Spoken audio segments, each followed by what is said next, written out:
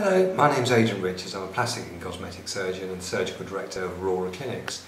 This is our final video in our series on liposuction, and in this video I'm just going to be talking a little bit about some of the things that can go wrong following liposuction. So it's always important to realise that although liposuction is normally very safe, things can happen, which with a bit of forethought and foresight, can be avoided.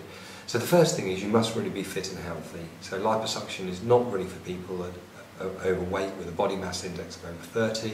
It's for people with localised areas of fat which they find difficult to reduce. So that's the first thing. So if you're fit and healthy, haven't got any medical conditions like diabetes, and a good weight, probably a non-smoker, all plastic surgical procedures work better on non-smokers because the blood supply is better and smoking decreases the blood supply. So if you're in good health, non-smoker, and relatively normal weight, you really cut down your risks of having problems following liposuction. Now, following the operation, infection can always occur. It's rare, but if you are worried about it, if you feel unwell, 3 or 4 days after operation, you've got a fever, you feel hot or cold, shaky or shivery or sweaty, you need to let your surgeon know immediately because they might need to give you a short course of antibiotics. So serious infection, really, really rare, but if you're worried, please let the surgeon know because the earlier they know, the earlier it can be treated and the better the outcome will be for you. Okay, now, so bleeding is again very rare, particularly with tumescent liposuction, so you really shouldn't be all that bruised. If, however, you find the area is swelling more or there's a big bruise appearing, again, please let the plastic surgeon know. We'd rather know than not know. So, if you're at all concerned, 90% of the time we can just put your mind at rest, but there is 10% of the time perhaps we should be worried, and early intervention can sort out a lot of problems before they get too serious. Now, probably the most common type of problem I see after liposuction is too much fat being removed or fat being removed from the wrong place. So that's why it's very important that your surgeon who's doing the liposuction is very experienced. You need to ask them how many cases they've done, have they had any problems. Most reputable surgeons will have had a few minor problems and will discuss these openly with you.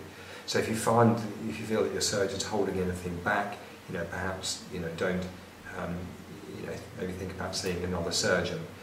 And one of the problems that can occur is too much fat can be removed, which leaves a dent.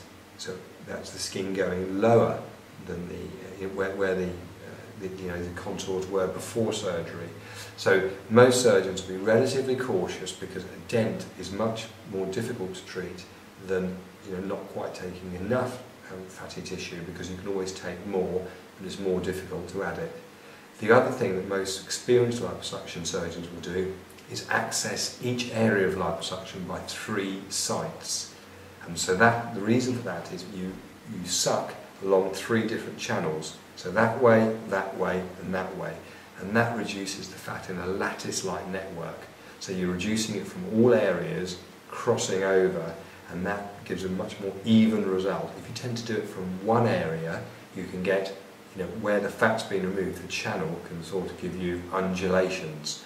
So with experienced liposuction surgeons, who are very unlikely to get any problems, but I would really caution you to check the experience of your surgeon, ask to see before and after photos of people he's treated already, and also ask to speak to a patient who's had liposuction by your surgeon.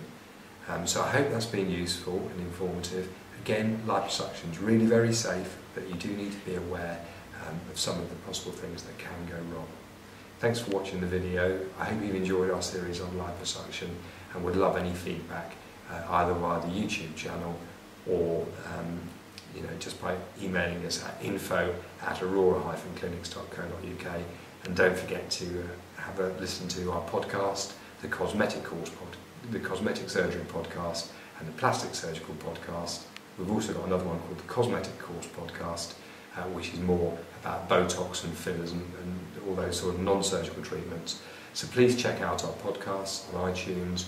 Again, we'd always love feedback, If you'd like us to do anything differently, or any comments, any questions I can answer, please feel free to email them in. Thanks very much for watching.